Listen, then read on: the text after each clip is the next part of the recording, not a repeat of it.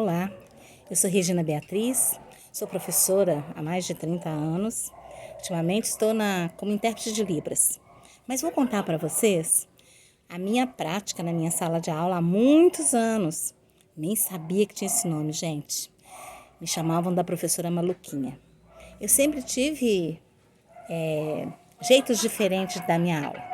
Então, todas as vezes, antes de começar as aulas, eu sempre cantava, fazia uma rodinha, cantava e pedia aos meus alunos que respirassem para que a gente pudesse entrar em contato com Deus.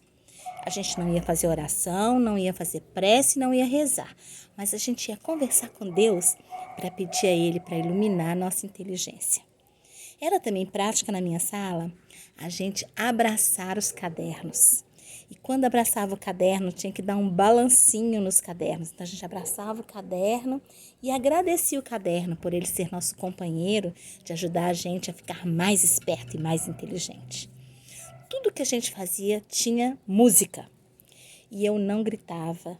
Todas as vezes que eu queria chamar a atenção dos meninos, eu tocava um sino. Eu tinha um sininho daquele ding-ling-ling-ling. Depois eu ganhei um sino tibetano, aquele que bate assim, tim. Então eu sempre pedia silêncio com esse sino. Era prática também na educação física, porque quem dava educação física na educação fundamental, no ensino fundamental, era o próprio professor.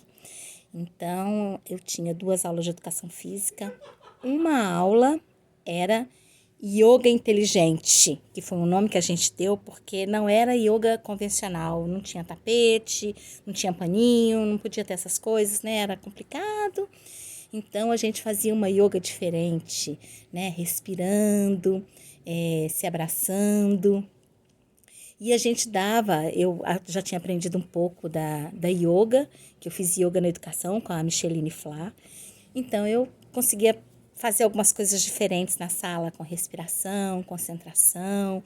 Pedi os meninos sempre que alinhasse a coluna, mas nunca falava assim. Eu falava, meninos, vamos ficar elegantes. Então eles acertavam a coluna. E outra coisa que eu fazia na minha sala, quando a gente chegava, a gente tirava o sapato. Era escondido, ninguém podia saber. A gente tirava o sapato e colocava a mochila debaixo dos pés, porque as cadeiras eram muito grandes para aqueles meninos tão pequenos. Então, a gente colocava a mochila debaixo dos pés para não sujar a mochila e não ter bronca de pai e mãe. A gente arrumava os sapatos todos arrumadinhos assim debaixo do quadro. Primeiro era quadro verde, depois virou quadro branco, mas os sapatos ficavam sempre arrumadinhos. Na escola que eu trabalhei, a gente tinha o hábito de ficar 3 anos com a mesma turma. Então, a gente conseguia muitos nossos objetivos, né? O meu objetivo, principalmente. Minha turma era muito calma e muito criativa. Toda sexta-feira a gente apresentava música, poesia, apresentações mirabolantes, assim, que era muito legal. Muito teatro, a gente gostava de muito teatro. E uma coisa que a gente tinha combinado na sala, que todas as vezes que a gente ficava com raiva e que não podia bater de jeito nenhum, a gente abria a porta e dava um grito. Então, isso era comum na minha sala, a direção já sabia, lá, fulaninho tá nervoso, né?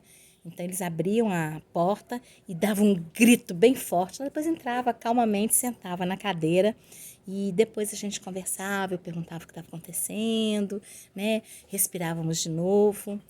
Esse movimento da árvore, né? Na minha sala era música, não era o movimento da árvore. A gente cantava assim, ó. Levantar um braço, levantar o outro, roda bambolê, mexe com o pescoço, olha para o céu, olha pro sapato, manda um beijinho, vem e dá um abraço. Era assim que a gente fazia todos os dias, né? Deitar no chão da sala, muitas vezes era complicado, né? Mas eu gostava muito de brincar, de imaginar. Então, fechar os olhos e imaginar era também uma prática muito legal.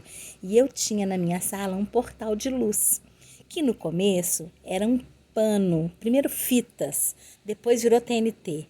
Mas era um círculo com muitas fitas penduradas, tipo um mobile, onde a gente passava ali, eu brincava com eles, a gente passar debaixo daquele portal de luz que ajudava a gente a ficar conectado, concentrado para poder absorver, eles adoravam essa palavra, absorver melhor as coisas, né?